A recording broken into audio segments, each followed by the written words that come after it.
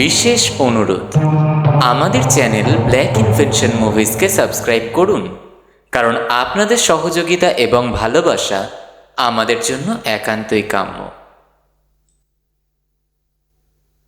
এখন থেকে আমাদের অডিও স্টোরিজ শুনুন স্পটিফাইতেও। আমাদের চ্যানেল ব্ল্যাক ইনভেনশন মুভিজ কোনো রকম তন্ত্রবিদ্যা ভৌতিক শক্তিকে প্রমোট করে না, সর্বস্বই আপনাদের মনোরঞ্জনের জন্য।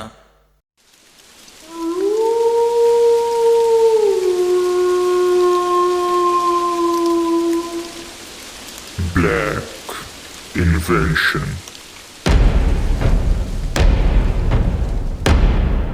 সকলকে স্বাগতম জানাই ব্ল্যাক ইনভেনশন মুভিজ অডিও স্টোরিতে।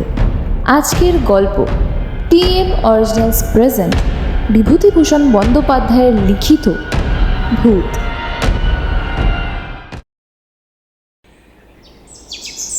কি বাদামি হতো শ্রীশ পারমাণিকের বাগানে।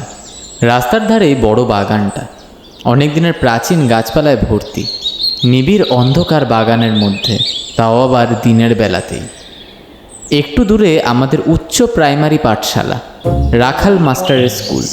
একটা বড় তুত গাছ আছে স্কুলের প্রাঙ্গণে, সেজন্য আমরা বলি তুততলার স্কুল। দুজন মাস্টার আমাদের স্কুলে, একজন হলো হরিলাল চক্রবর্তী। স্কুলের পাশে এর একটা হাড়ির দোকান আছে, তাই এর নাম হাড়ি বেচা মাস্টার। মাস্টার তো নয়, সাক্ষাৎ জম। বেতের বহর দেখলে পিলে চমকে যায় আমাদের। টিফিনের সময় মাস্টার মশাইরা সব ঘুমাতেন। আমরা নিজেদের ইচ্ছে মতো মাঠে বাগানে বেরিয়ে ঘণ্টাখানেক পরেও এসে হয়তো দেখি তখনও মাস্টার মশাইদের ঘুম ভাঙেনি। সুতরাং তখন আমাদের টিফিন শেষ হলো না। টিফিনের মানে হচ্ছে ছুটি, মাস্টার মশাইদের ঘুমাবার ছুটি।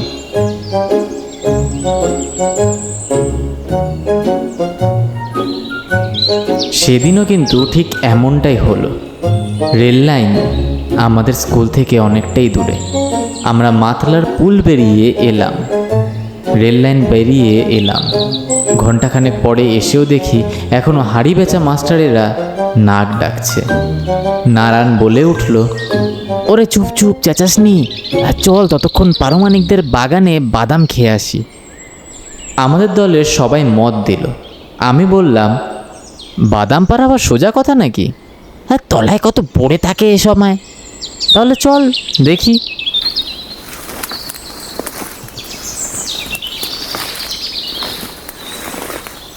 এইবার আমরা সবাই মিলে পারমাণিকদের বাগানে ঢুকলাম পুলের তলার রাস্তা দিয়ে। দুপুর দুটো, রোদ ঝমঝম করছে। শরৎকাল, রোদের তেজও খুব বেশি। গত বর্ষায় আগাছার জঙ্গল ও কাটা ঝোপের বেজায় বৃদ্ধি হয়েছে বাগানের মধ্যে। জঙ্গলের মধ্যে দিয়ে সুড়ি পথ, এখানে ওখানে মোটা লতা গাছের ডাল থেকে নেমে নিচকার ঝোপের মাথায় দুলছে। আমরা এ বাগানের সব অংশে যাইনি। মস্ত বড় বাগানটা পাকা রাস্তা থেকে গিয়ে নদীর ধার পর্যন্ত লম্বা। পেয়ারাও ছিল কোনো কোনো গাছে, কিন্তু অসময়ের পেয়ারা তেমন বড় কিন্তু হয়নি। ফল আরও, যদি কোনো রকম কিছু থাকে খুঁজতে খুঁজতে নদীর ধারের দিকে চলে গেলাম। বাদাম তো মিললই না। যাও বা পাওয়া গেল, ইট দিয়ে ছেঁচে তার শ্বাস বের করবার মতো ধৈর্য আবার আমার ছিল না। সুতরাং দলের সঙ্গে আমরা ছাড়াছাড়ি হয়ে গেল। নদীর দিকে বন বেজায় ঘন, এদিকে বড় একটা কেউ আসে না। কিন্তু খসখসে শব্দ, শুকনো পাতার ওপর দিয়ে মনে হলো যেন শেয়াল চলে যাচ্ছে। কুলো পাখি ডাকছে উঁচু তেঁতুল গাছের মাথায়। আমার যেন কেমন ভয় ভয় করছে। আমাদের স্কুলের ছেলেরা কানে হাত দিয়ে গায়, ঠিক দুপুর বেলা ভূতে মারে ঢেলা, ভূতের নাম রশি, হাঁটু গেড়ে বসি। সঙ্গে সঙ্গে তারা অমনি হাঁটু গেড়ে বসে পড়ে। এসব করলে নাকি ভূতের ভয় চলে যায়। আমার সঙ্গে কেউ নেই, ঠিক দুপুরবেলাও বটে।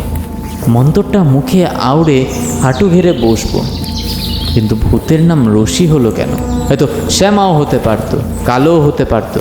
নিবারণ হতেই বা আপত্তি কী ছিল? একটা বাঘ ঘুরে বড় একটা বাঁশবন, আর নিবিড় ঝোপ তার তলায়। সেখানটায় গিয়ে আমার বুকের টিপ টিপ শব্দ যেন হঠাৎ বন্ধ হয়ে গেল।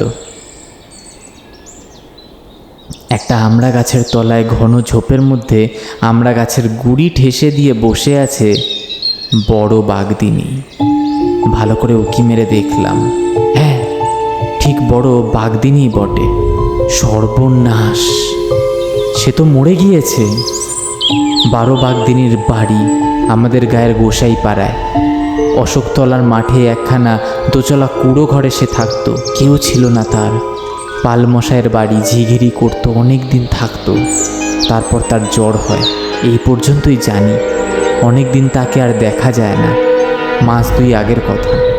একটা স্ত্রীলোকের মৃতদেহ পাওয়া গেল বাউরের ধারে বাঁশবনে। শিয়াল কুকুর তাকে খেয়েছে অনেকটা। সেই রকমই কালো রোগা মতো দেহটা, 12 বাঘদিনের মতো। সকলে বললে জ্বরের ঘোরে বাউরে জল তুলতে গিয়ে বড় গিয়েছে। সেই 12 বাঘদিনী আমড়া গাছের গুড়ি ঠেসে দিয়ে দিব্যি বসে। আমি একটু ছুটে বনবাগান ভেঙে দিলাম, ছুটে পাকা রাস্তার দিকে চলে গেলাম। যখন বাদামতলার ধারে মধ্যে এসে পৌঁছালাম তখন আমার গা ঠক ঠক করে কাঁপছে। ছেলেরা বললে, কী হয়েছে রে, অমন করছিস কেন? আমি বললাম, ভূত। কোথায় রে, সে কি? দূর। 12 বাঘদিনী বসে আছে ঝোপের মধ্যে আমড়া তলায়, সেই নদীর ধারের দিকে স্পষ্ট বসে আছে। আমি দেখলাম। সে কি রে, তা কখনো হয় নাকি? আরে আমি নিজের চোখে দেখলাম, একেবারে স্পষ্ট 12 বাঘদিনী। দূরে চল, দেখি কেমন। তোর যত সব মিথ্যা মিথ্যা কথা। সবাই মিলে যেতে উদ্যত হলো, কিন্তু সেই সময় দলের চাই নিমাই কল বললে, না ভাই, ওর কথায় বিশ্বাস কর। অত দূরে গিয়ে স্কুলে ফিরতে বড্ড দেরি হয়ে যাবে। এতক্ষণে মাস্টারদের ঘুম ভেঙেছে। হাড়ি বেচা মাস্টার বেতের বহরের জানোস তো, সে ঠেলা সামলাবে কে? আমি ভাই যাব না, তোরা যা, ওসব মিথ্যা কথা।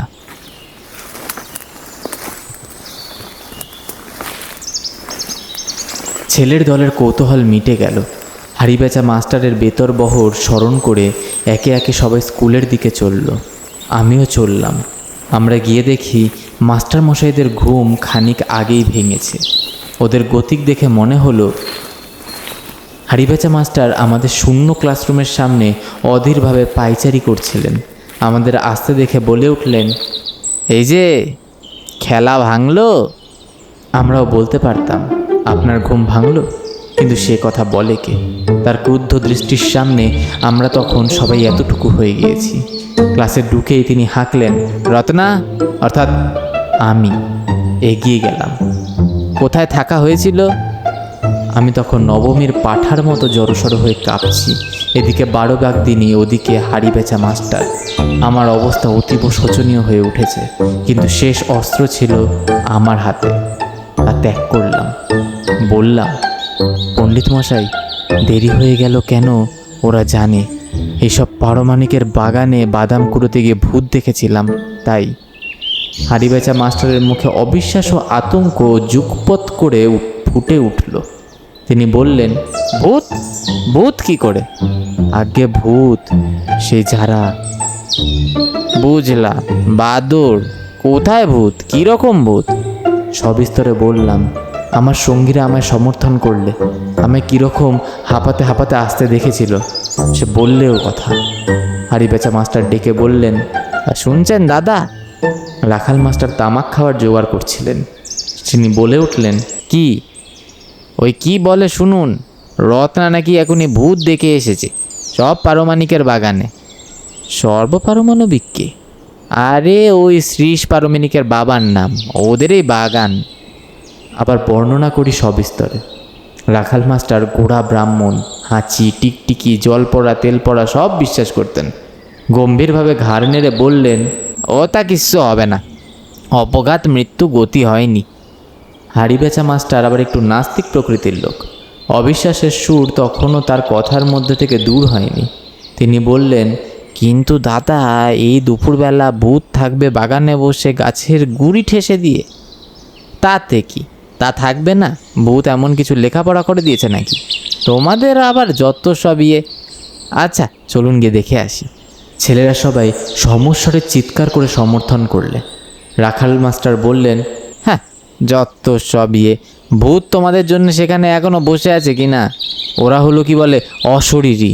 মনে ওদের শরীর নাই, ওরা মানে বিশেষ অবস্থায়। হাড়িবেচা মাস্টার বললেন, চলুন না দেখে আসি গিয়ে কী রকম কাণ্ডটা, ও যেতে দোষ কি।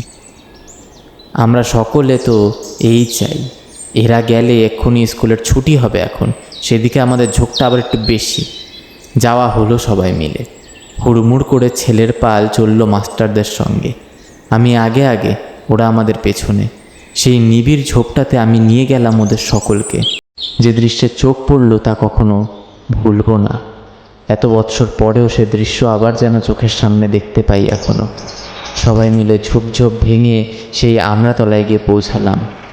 যা দেখলাম তা অবিকল এই,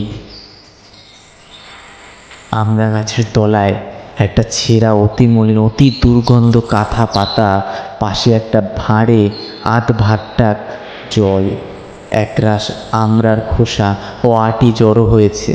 পাশে কত টাটকা, কত কিছুদিন আগেকার খাবার দাবার, একরাশ কাঁচা তেঁতুলের ছিবড়ে, পাকা চালতার ছিবড়ে শুকনো পড়ে আছে। ছিন্ন কাঁথার ওপর জীর্ণ শীর্ণ বৃদ্ধা বারো বাগাদিনী মরে পড়ে আছে, খানিকটা আগেই মারা গিয়েছে। এই সমস্যার কোনো মীমাংসা হয়নি। আমরা হই হই করে বাইরে গিয়ে খবর দিলাম। গ্রাম্য চৌকিদার ও দফাদার দেখতে এলো। কেন যে বারো বাগদিনী এই জঙ্গলে এসে লুকিয়েছিল নিজের ঘর ছেড়ে, এ প্রশ্নের উত্তরটা আবার কে দেবে?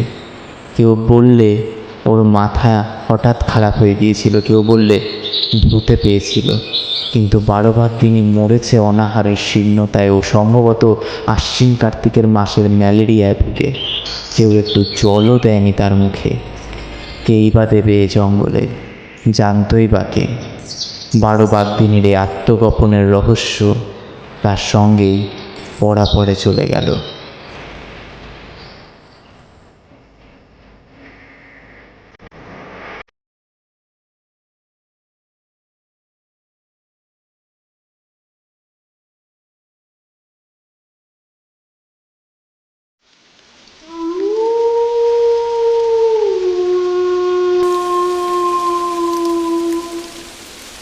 Black invention.